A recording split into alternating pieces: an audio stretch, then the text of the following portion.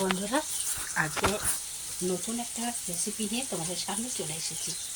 তো আমি আজকে বেগুন বাহার, ঠিক আছে, আমি ছোটো ছোটো করে বেগুন কেটে নিয়েছি।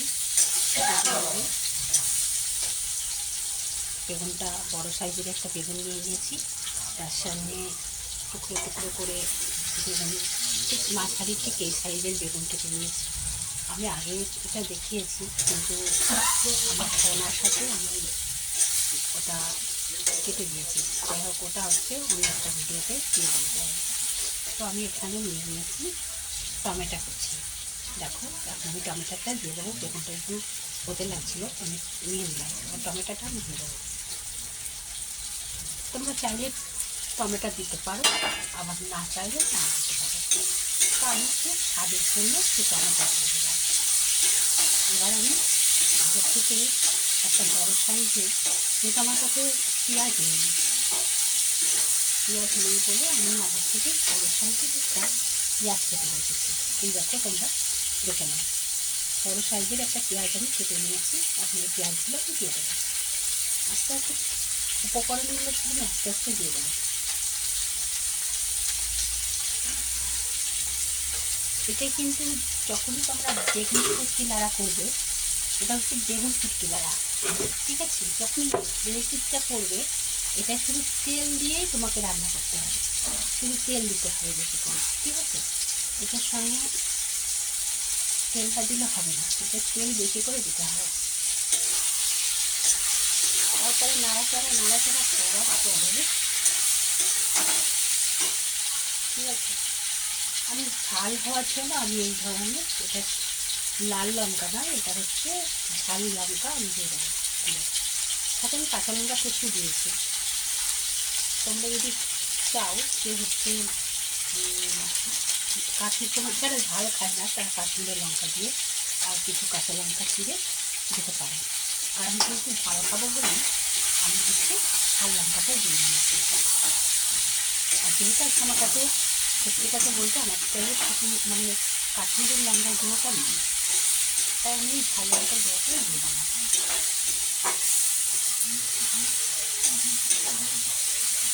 এবার আমি এখানে বেগুনটা মানে কচি হলে ভালো হয়, এই বেগুনটা খুব একটা ভালো না। আমি এখানে লঙ্কার গুঁড়োটা একটু বেশি পরিমাণে দিয়ে দিলাম। তোমরা চাইলে একটু অল্প করে দিতে পারো, আমি বেশিটাই দিয়ে দিয়েছি, কারণ আমি ভিডিও করলাম ঝালটা কিন্তু। এবার আমি দিয়ে দেবো এখান থেকে আগে থেকে আমি বেটে রেখেছিলাম আদা, রসুন, জিরে, এগুলো একসঙ্গে আমি বেটে নিয়েছি। কারণ একই সঙ্গে যাবে তো, আলাদা করে আর বাটার দরকার হয়নি, আমি একবারে পাটাতে বেটে নিয়েছি। তোমরা চাইলে মিক্সিও দিতে পারো, আমি সেটা করি না, মিক্সি আমি নিই। এবার দেখতে থাকো আমি কীভাবে করছি। আমার ক্যামেরাটার সামনে, ক্যামেরাটা খুবই খারাপ হয়ে গেছে। দেখো আমি কীভাবে উপকরণগুলো সব দিয়ে নাড়াচাড়া করছি, দেখতে থাকি।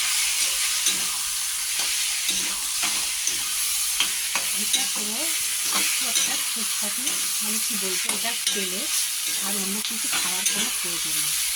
এটা দিয়েই কেটে কেটে খেতে পারবে সবাই।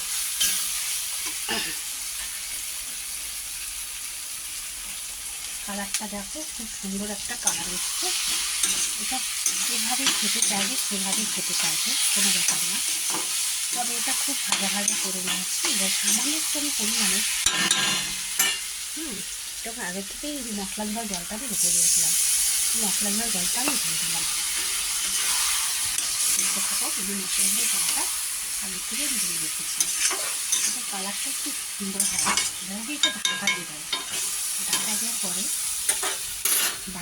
বাকি রেসিপিটা দেখতে পাবো আমি আর কি। তো এবারে আমি নামিয়ে নেব, ঠিক আছে। এবার যে তোমাদের যে বেগুন শুটকি লাড়া, আমি এটা এখন নামিয়ে নেব। নামিয়ে নিয়ে তারপরে ওদেরটা তোমরা করতে পারলে যেভাবে উপকরণগুলো বলেছি, আর চাইলে তোমরা আদা দিতেও পারো, না চাইলে আদা নাও দিতে পারো, কোনো ব্যাপার না। আদা দিলেও ভালো লাগবে, না দিলেও ভালো লাগবে। তো আমি কিছু আদা আমার শুকিয়ে যাচ্ছিলো বলে আমি দিয়েছি। তো এখন আমি দেখো চলো, এইবার এখানে নিয়ে নিয়েছি প্রায় খান 10 মতো গন্ধরাজ লেবুর পাতা। এটা আমি যখন নামানোর ঠিক টাইমটাই আমি দিয়ে দেবো। লেবুর পাতা যখনই দেবে তোমরা, যে কোনো লেবুর পাতা তোমরা দিতে পারো। যেমন দেখো, পাতি লেবুর পাতা দিতে পারো, কাগজি পাতা লেবু দিতে পারো, চাইলে পাতাবি লেবুর পাতাও দিতে পারো কচিগুলো। কিন্তু সবার থেকে গন্ধরাজ লেবুটা দেওয়ার চেষ্টা করবে, কিন্তু নামানোর সময় দেবে। আর এটা এই পাতাটা যখন ইয়েতে দেবে তখন কিন্তু তিতো হয়ে যাবে, সবজিটা তিতো হয়ে যাবে, তখন খেতে পারবে না। তো আমার রান্নাটা হয়ে গেছে, আমি এখন নামিয়ে এই পাতাগুলো দেবো। এবার দেখতে থাকো, পাতাগুলো আমি দিয়ে দিচ্ছি।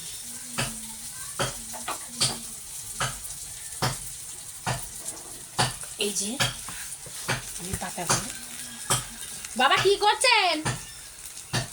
হ্যাঁ, তাহলে কি পাচ্ছেন?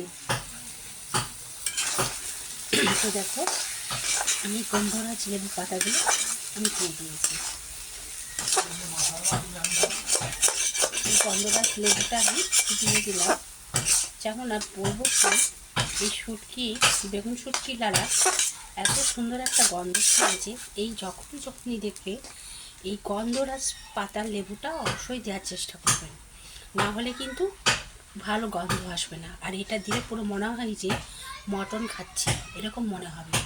এই গন্ধরাজ লেবুর পাতা যখনই দেবে তখনই সুন্দর একটা গন্ধ ছড়াই, ঠিক আছে?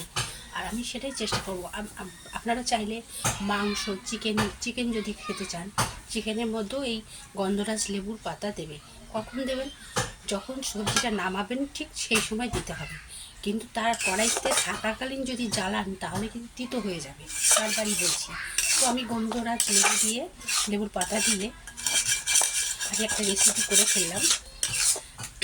আগে থেকেই বলেছি যে কোনো পাতা দিতে পারেন, যে কোনো লেবুর পাতা, কিন্তু ওই যে বললাম লেবুর পাতা তো তিতো হয়, তা মনে দিলেই তিতো হয়ে যায়। তার নামানোর সময় চেষ্টা করবেন আপনারা লেবুর পাতাটা দিতে।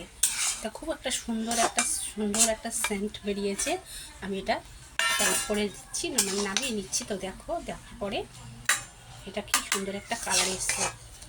দেখো বেগুনটা পুরো আস্ত থাকবে না, ঠিক এইভাবে হয়ে যাবে।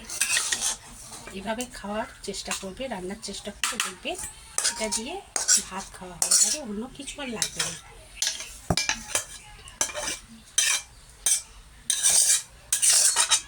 চেষ্টা করবেন যে লেবুর পাতা কীভাবে দিতে হয়। আমি ঠিক এভাবে দিয়ে নিলাম, ঠিক নামানোর খানিকক্ষণ পাতাগুলো খুব অল্প আর খুব নরম, ঠিক আছে? অন্য লেবুর পাতা যেমন মোটা সাইজে থাকে, আর যে কোনো পাতার থেকেও এই গন্ধরাজ লেবুর পাতাটা যদি না থাকে, সবার বাড়িতে আর গন্ধরাজ লেবুর পাতা থাকে না, যদি না থাকে তাহলে অন্য কোনো পাতা দিয়ে চেষ্টা করবেন।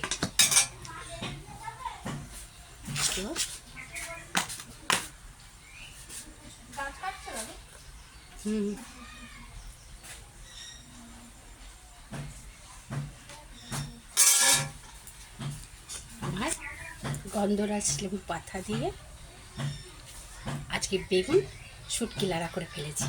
তো সবাই খুব ভালো থাকবেন। আমার রেসিপিটা যদি ভালো লেগে থাকে তাহলে আমাকে, যারা এখনও পর্যন্ত সাবস্ক্রাইব করেননি, আমার ভিডিও যদি দেখতে চান তাহলে আপনারা একটু সাপোর্ট করবেন, সাথে থাকবেন। সবাইকে অনেক ধন্যবাদ। আমার ভিডিওটি দেখবেন, দেখে যদি ভালো লাগে স্কিপ করবেন না। আমার রান্নাটা আবার হচ্ছে, যাই হোক, খুব ভালো থাকবেন, সবাই খুব ভালো থাকবেন। তো সবাইকে টাটা।